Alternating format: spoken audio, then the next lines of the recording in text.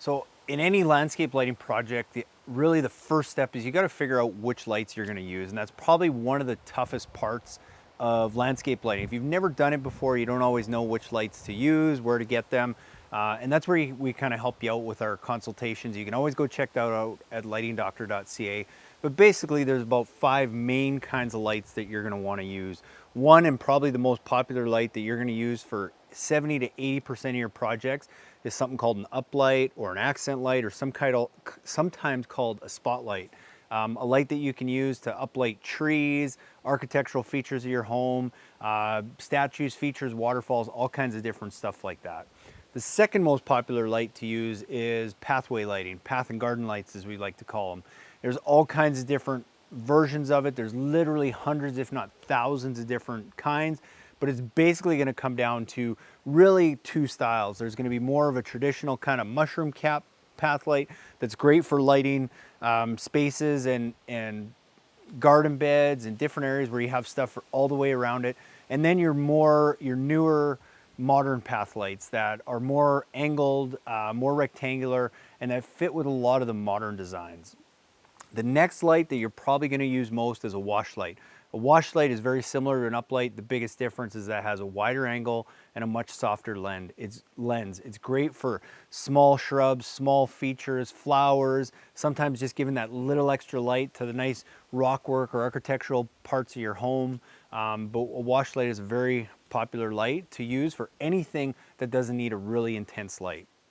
The fourth light that you're probably going to use most is an in-ground light. An in-ground light is basically the same thing as an uplight. The only difference is you can just sink it right into the ground so it goes flush. So if you don't want to ever see that fixture, you just want to see the light source, that's a great light to use. Also, if you're putting it in an area like a lawn or something like that where you don't want to be having to trim and mow around, then an in-ground light is another great option because you can just mow right over that. And then the last light that you're probably going to use in a lot of your projects too is a hardscape light. There's all kinds of different hardscape lights, but I'm going to show you guys one that's very popular, that's easy to use anytime you have like a retaining wall, fences, decks. It's a nice compact little wall light that can fit almost anywhere and does a really cool job of lighting all your hardscapes. So really choosing those 5 kinds of lights. If you guys need help with your designs, be sure to go to lightingdoctor.ca, check out our free consultations where we can walk you through that process. Hey guys, so this is our WS wash light that we like from FX Luminaire. Where these are really good, it's a great uplight with a much wider angle and softer lens. So it's really good for any small shrubs and plants that you see in front of me, any low textured architectural features of your house, statues, shrubs, anything that's smaller that doesn't require as intensive a light, that's where you want to go and use a wash light. All right guys, the next light in this project is going to be our trusty path and garden light. Now, it's probably one of the most overutilized lights in most landscape projects. People will put these all over their walkways, up and down their driveway, and it basically looks like they're trying to land a plane, and that's not the best use of these. There is a time and there is a spot for them, and when I like to use them, I prefer to use them more in garden beds and stuff like this where you have some nice flowers that you can show off. Anytime you have like some nice rock features or anything like this or larger, path lights are really good because light colored materials like that reflect a lot of light. So when you have a path light, it's not a very overwhelming or bright light, but if you can use it against some kind of feature like a rock or something like that, that's where you can really get some pop. It's good to also use them in conjunction with different forms of uplight. If you can use them in between where you've placed some uplights on your property, you can create a nice balance of some uplighting and then some lower level downlighting. But avoid the one common mistake I see time and time again, not only because these are expensive and if you do it, it's just gonna run up your bill, but you're not trying to run a plane, you're not trying to create a landing strip, you don't need that many path lights. Use them conservatively, but they're a really good tool in flower beds, along some walkways in different areas like that. So one of the questions I get all the time about path lighting is really 2 questions. What kind of path light should I use and how far should I space them? And really that depends on what kind of path light you're gonna use. These are your more standard ones that most people have seen. The one important thing you wanna remember about path lighting is you don't wanna buy something that you can actually see the light source. A lot of the big glass dome ones where you can actually see the bulb are not your best option, because when what ends up happening is instead of lighting the features around it, all it does is it creates a big glare that all you do is you see a big light bulb, whereas that's not really the case. Whereas if you have something where you notice here you can't see the light source at all this is going to do now is light everything down below. So this is a pretty standard path light. This is about 15 inches high. You can get them a little bit higher too, where they come about 20 inches high. And what that's going to do is that's going to spread the light a little bit further. A lot of times people will think, hey, if I put a brighter bulb in there, I'll get more light. That's not necessarily the case, because really all that does, if you put a brighter bulb, it's going to create a bigger hot spot on the ground. It's not necessarily going to spread it any farther. You're more able to do that if you just get that light a little bit higher. So that's one way to get more out of this light. Typically a path and garden light like this, you're gonna space somewhere between 8 and 12 feet apart. The darker the area, the more you can space it. But again, it doesn't have to light every square inch of your pathway. It's more important when you're doing something like this, if you have an area, garden bed like this, and I wanna have 4 path lights in here, that I just space them out evenly, as opposed to trying to make sure I have enough to cover every 8 feet. So that's a good tip with that. And then the other path light that's really popular is the modern path lights. We can't keep these in stock. These get sold out all the time because it's a much more robust, we'll call it a much sexier light. I've been commented plenty of times on that this is just a really sexy looking light. Yes, you're gonna pay probably about twice as much for these, but they're a lot more material. They're built super strong. They fit that modern design, and they're a little bit taller than the typical path light. As you can see here, if I kind of place them at the same height, this one's a little bit higher. So again, what does that do? It's gonna spread that light a little bit further down the pathway or whatever area you're looking at. So when I'm looking at these lights, I'm usually spacing these closer to 12, 14, 16 feet apart. So yes, they're more expensive, but you typically need a lot fewer of them, and it fits in with a lot of your guys' homes' more modern designs. Okay guys, here's one of our newer versions of our in-ground lights. I'm really excited about these ones from FX Luminaire. The only difference is most of them don't have this cowl on there, which is a good thing, because if you're placing it in the grass, you don't want to have something sticking out that you could possibly get your lawnmower on. In this case, we're going to use it. We're doing this in a driveway area, so I just want to protect that light a little bit more, but they're really easy to install because basically, again, you're just digging a hole, you're sinking that light in there. If you have lots of gravel and sand already, say in a driveway area, then you can just hard pack that around the light, no problem. If it's in a softer area, sometimes bringing in some, some play sand to go and sink that light into is a good way too. It helps keep it drier for a light that's in the ground as well. In this case, we're going to be using it to highlight some of the architectural rock we have on the front of the garage here. Now, I don't know if you can see this in this video, but up above we have a coach light on the garage.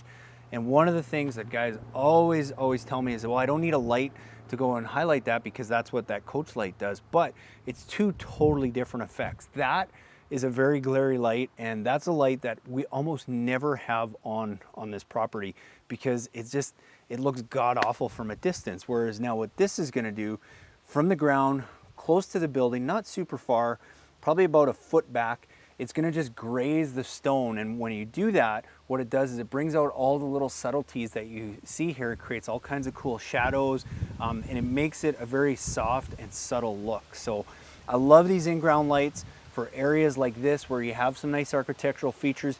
If you're doing it in a bed where you don't have to worry about vehicles driving over it, mowers going over it, you can always just use a standard uplight. You're going to get the same effect out of this in-ground light as you will out of just a standard uplight that's sticking out of the ground.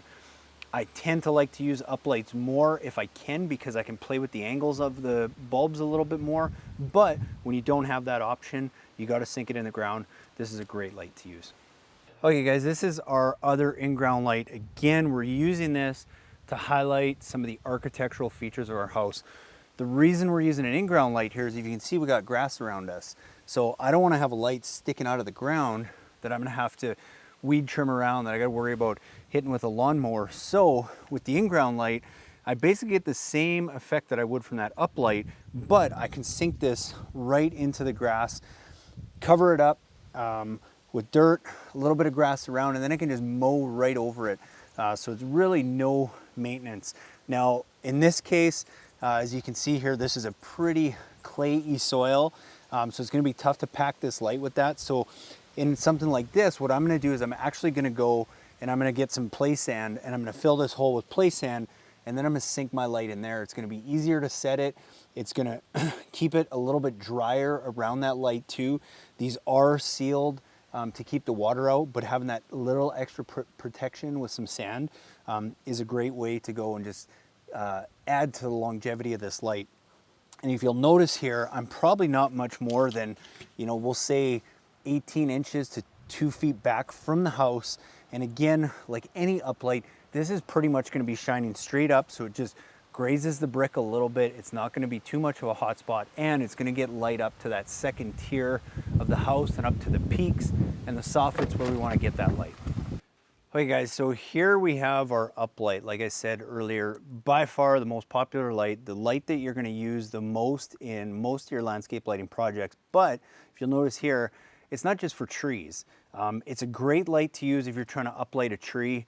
And some quick tips about that is, same as when you're doing a house, you don't want to have it far back pointing at the tree. You're almost always better off having it more upright like this underneath the base of a tree than pointing at the tree. It creates a much more natural effect, a much softer light. So that's a good rule of thumb.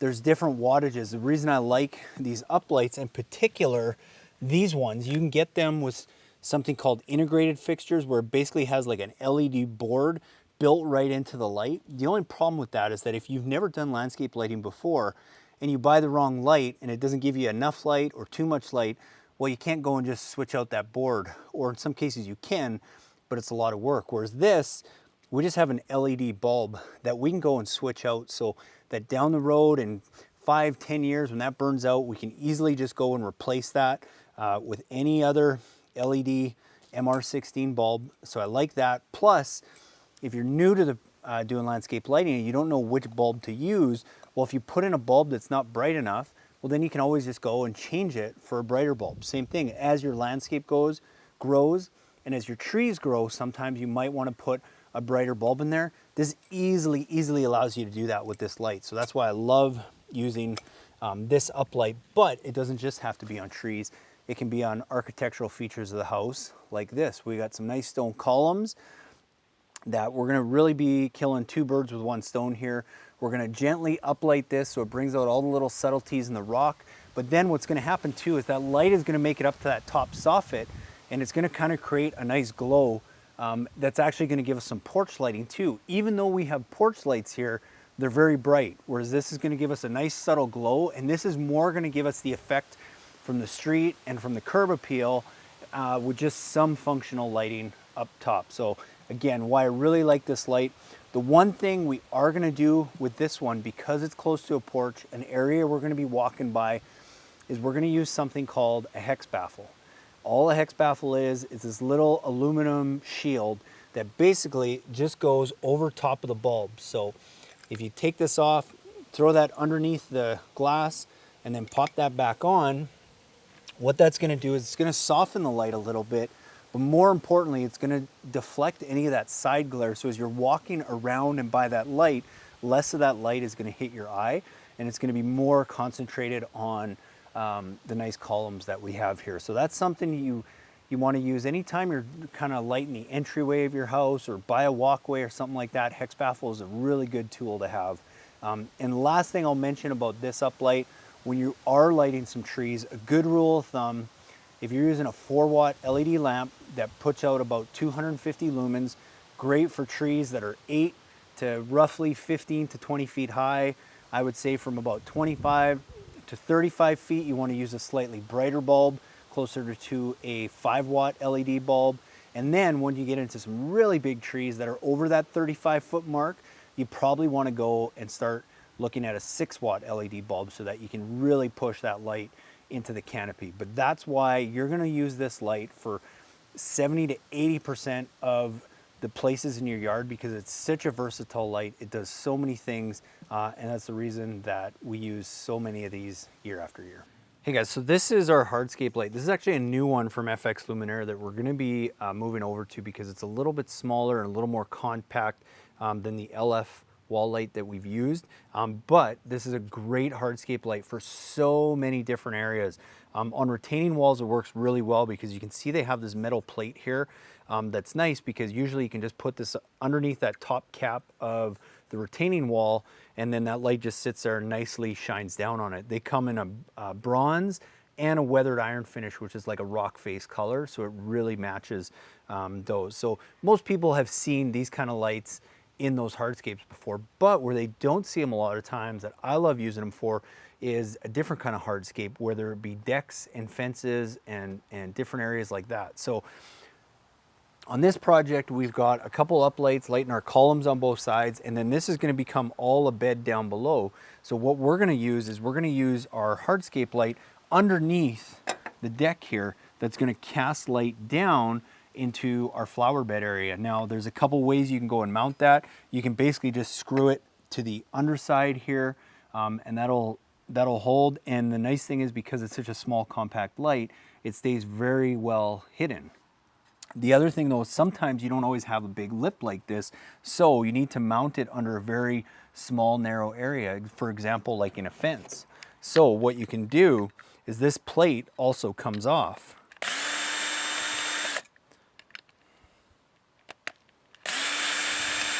So now if we take that plate off, all of a sudden we have a super small, super compact light here.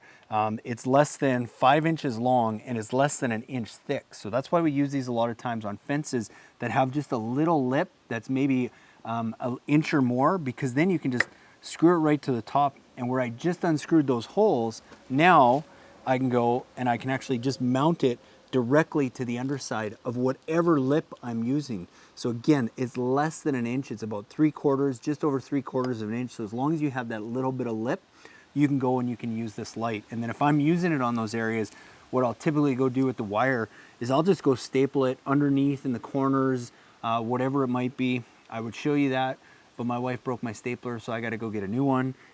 But just hiding those wires, super simple. With a staple gun is probably the easiest way. Obviously don't put the staples through the wire, but the wire is so thin that you can usually just staple it up there.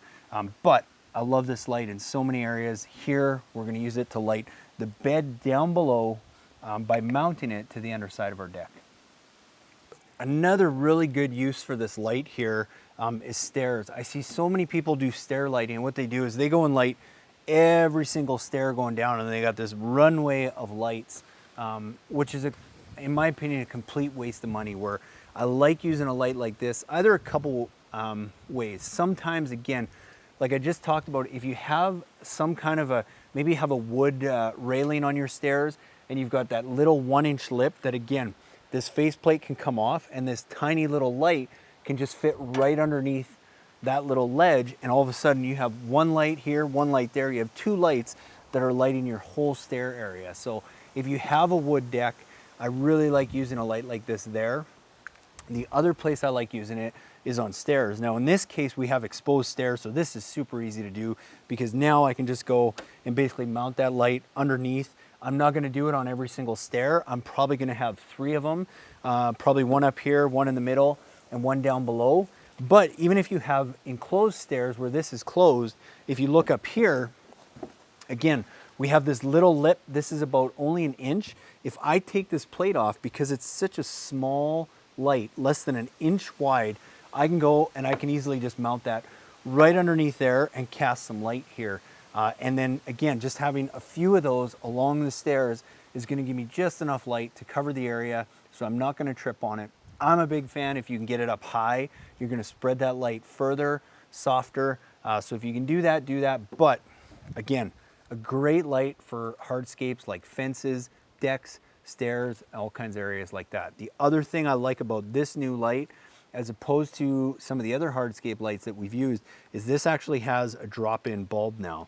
So that now, as that light eventually burns out and call it 5, 10, 15 years, whatever it is, you actually have the option now to easily go and replace that bulb in there with any T3 LED lamp So that's a really nice feature to have, to be able to now be able to switch out that bulb. Hey guys, thanks so much for watching. I hope you guys got some great do-it-yourself landscape lighting tips. Now, please be sure to go to our website at lightingdoctor.ca and check out our how-to page. It's full of great resources, from our podcast to our video to our most frequently asked questions. And also check out our Try It Before You Buy It light, where you can actually go now and get one of our premium quality uplights and a King Innovation Insta Light, which is basically a battery pack now that allows you to go and run those lights and test them out on your property. Try it for 14 days. If you don't love it, send it back to us and we'll give you a full refund. And if not, you keep the light at a discounted rate and go and buy what you need for your project. So thanks again for watching. Please be sure to leave us a comment. We'd love your feedback. Have a great day.